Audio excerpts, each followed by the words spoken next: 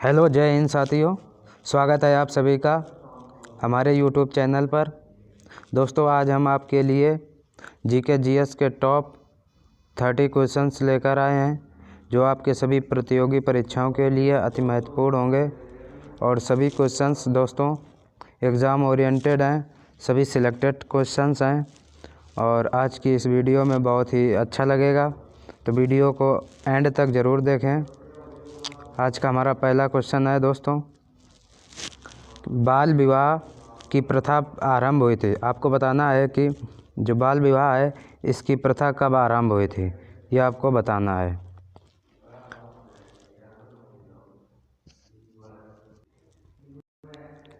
तो दोस्तों इस क्वेश्चन का सही जवाब ऑप्शन ए मौर्य काल होगा।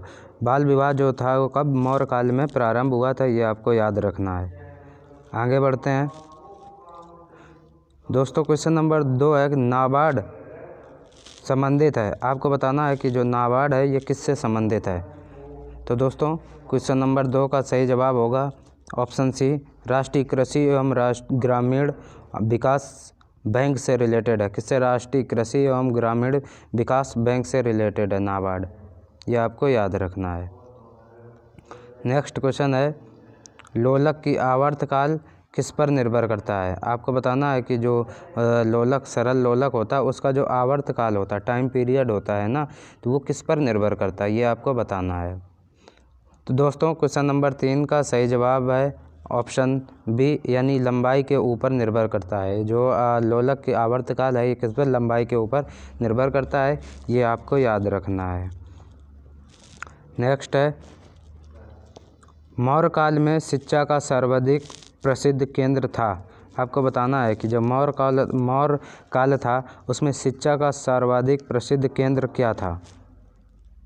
दोस्तों क्वेश्चन नंबर 4 का सही जवाब ऑप्शन सी, तक्षशिला। तक्षशिला जो था ये शिक्षा का सर्वाधिक प्रसिद्ध केंद्र था। ये कब, किस काल में? मौर्य काल में, ये आपको याद रखना है।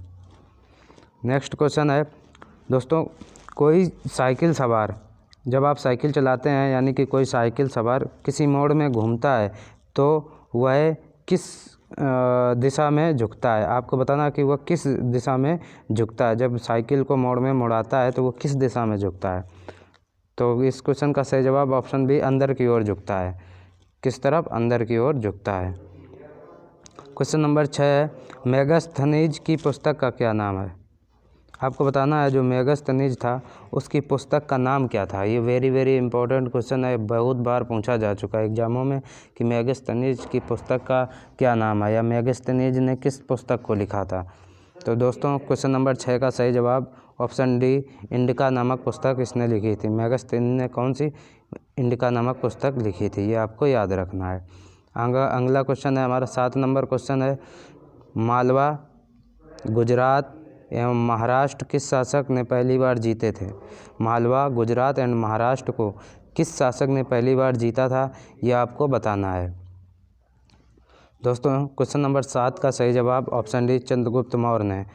चंद्रगुप्त मौर्य ने दोस्तों मालवा, गुजरात एवं महाराष्ट्र को सर्वप्रथम जीता था, ये आपको याद रखना है। दोस्तों अगर हमारे भी चैनल पर नए हो तो चैनल को सब्सक्राइब कर लें। क्वेश्चन नंबर 8 है, साबुन के बुलबुले के अंदर का दाब होता है, जो साबुन होता है उसमें जो बुलबुले होते हैं, साबुन के बुलबुले के अंदर का जो दाब यानी प्रेशर होता है वो कैसा होता है, ये आपको बताना है। दोस्तों इस क्वेश्चन का सही जवाब ऑप्शन ए, वायुमंडलीय दाब से अधिक होता है। कैसा होता है? वायुमंडलीय दाब से, साबुन के बुलबुले का अंदर का दाब वायुमंडलीय दाब से अधिक होता है, ये आपको याद रखना है। क्वेश्चन नंबर 9 है दोस्तों, हम दलदली सड़कों पर क्यों फिसलते हैं। आपको बताना है कि जो दलदली सड़कें होती हैं उसमें हम क्यों फिसल जाते हैं, क्या कारण है जिससे कि हम दलदली सड़कों पर फिसल जाते हैं। तो दोस्तों क्वेश्चन नंबर 9 का सही जवाब होगा कि उसमें क्या होता है, घर्षण की कमी होती है। घर्षण की कमी के कारण हम दलदली सड़कों पर फिसल जाते हैं। दोस्तों क्वेश्चन नंबर 10 है, मौर्य साम्राज्य में प्रचलित मुद्रा का नाम क्या था। आपको बताना है जो मौर्य साम्राज्य था उसमें प्रचलित मुद्रा थी, उस मुद्रा का नाम आपको बताना है। तो मौर्य साम्राज्य में प्रचलित मुद्रा थी कौन सी? पढ़ थी। ऑप्शन ए इसका सही जवाब होगा, पढ़। अब हम आगे बढ़ते हैं। क्वेश्चन नंबर 11 है, पानीपत के युद्ध में बाबर की जीत का मुख्य कारण क्या था? जो पानीपत का युद्ध हुआ था, आपको पता है कि पानीपत का प्रथम युद्ध कब हुआ था? 1526 में। तो 1526 में जब पानीपत का युद्ध हुआ तो बाबर की जो जीत का मुख्य कारण था वो आपको बताना है कि क्या कारण था। तो क्वेश्चन नंबर 11 का दोस्तों सही जवाब ऑप्शन बी, उसकी सैन्य कुशलता। उसकी जो सैन्य शक्ति थी, सैन्य कुशलता के कारण उसने पानीपत के युद्ध को जीत लिया था। ये आपको याद रखना है।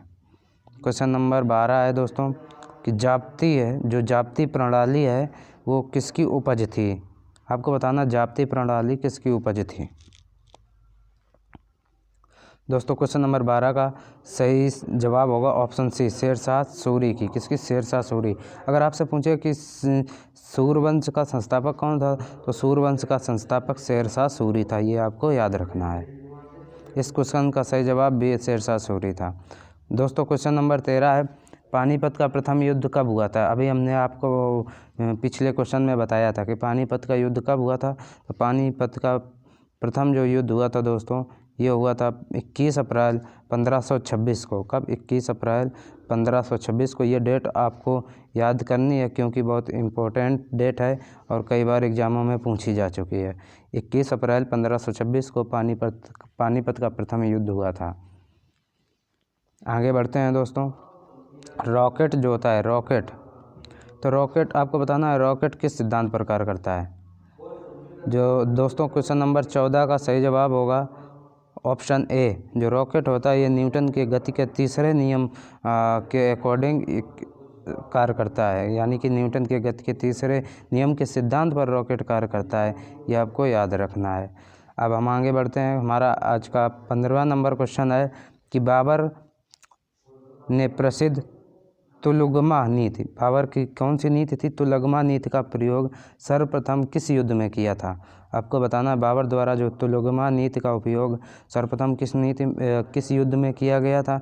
तो दोस्तों क्वेश्चन नंबर 15 का सही जवाब होगा ऑप्शन सी, पानीपत का जो प्रथम युद्ध हुआ था उसमें बाबर ने तुलगमा नीति को उपयोग किया था।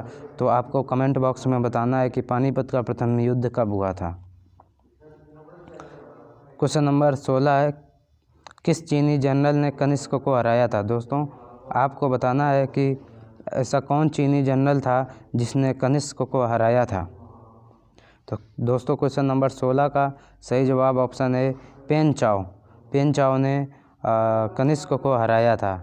पेन चाओ एक चीनी जनरल था जिसने कनिष्क को हराया था। ये आपको याद रखना है।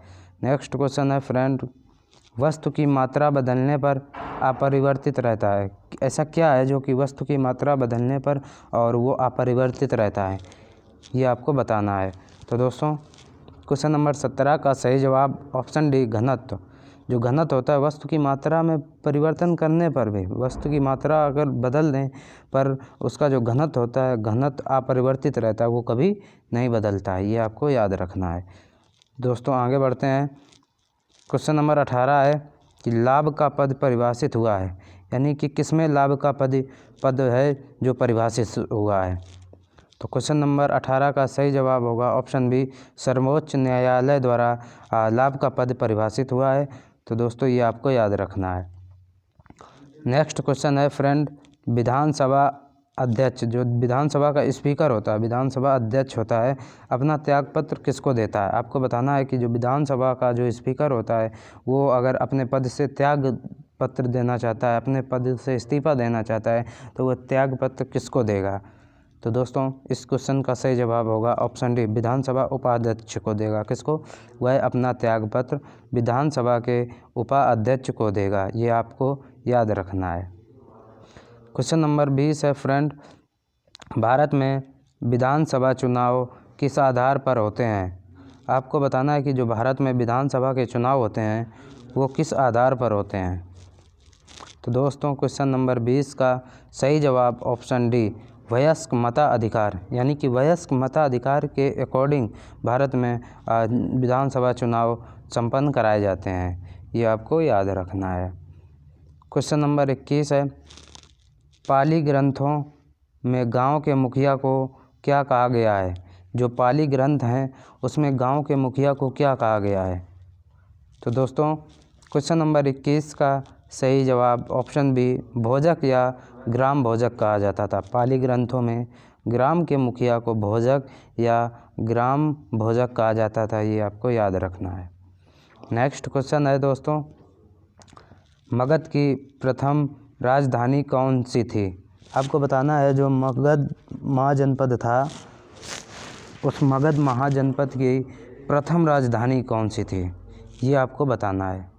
तो दोस्तों क्वेश्चन नंबर 22 का सही जवाब ऑप्शन सी गिरिव्रज या राजगृह, गिरिव्रज या कह लें या उसको राजगृह कह लें, यह मगध की प्रथम राजधानी थी, ये आपको याद रखना है।